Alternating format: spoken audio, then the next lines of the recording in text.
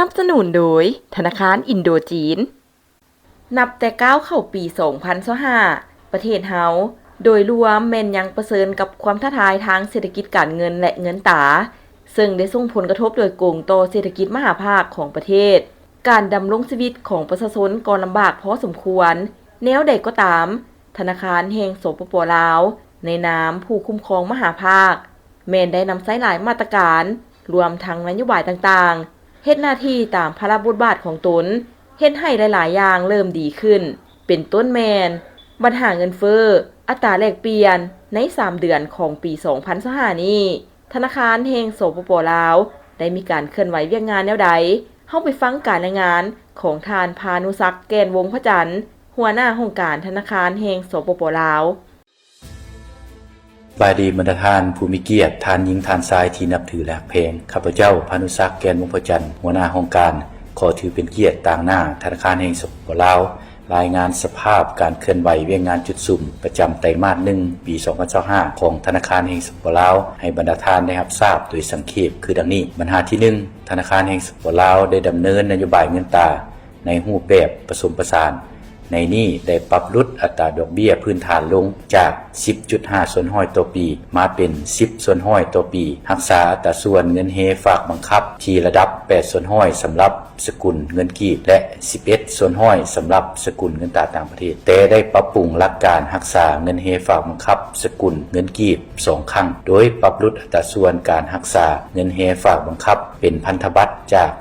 50% มาเป็น 20% ในเดือนมกราคม 2025และมาเป็น 10% ในเดือนมีนาคม 2025พร้อมนี้ได้สืบต่อออกพันธบัตรธนาคารแห่งสปป.ลาวระยะสั้น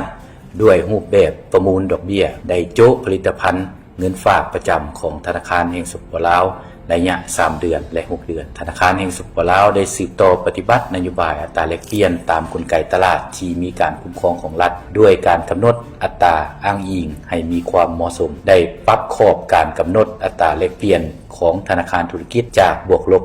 7%มาเป็นบวกลบ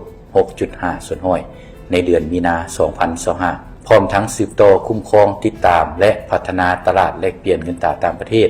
ให้กว้างขึ้นตื่นปัญหาที่2การคุ้มครองเงินตราต่างประเทศธนาคารแห่งสปป.ลาวได้สุมใส่ค้นคว้าปรับปรุงนิติกรรมที่เป็นการพันขยายกฎหมายว่าด้วยการคุ้มครองเงินตราต่างประเทศฉบับปรับปรุงในนั้นได้ประกาศใช้5นิติกรรมคือนิติกรรมที่1ข้อตกลงว่าด้วยการนำใช้เงินตราต่างประเทศอยู่สปป.ลาวนิติกรรมที่2แม่นข้อตกลงว่าด้วยการคุ้มครองบัญชีเงินฝากเงินตราต่างประเทศนิติกรรมที่3แม่นแจ้งการเบิกจ่ายเงินโอนรายรับของบุคคลจากต่างประเทศอันที่4แม่นแจ้งกา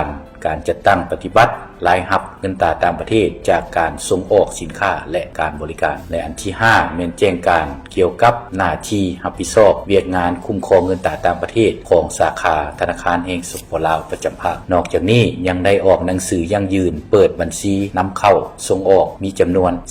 10,085 บัญชีอยู่29ธนาคารเก็บซื้อเงินตราต่างประเทศจากผู้ส่งออกได้จำนวน$470 ล้านเทียบเท่าซึ่งกวมเอา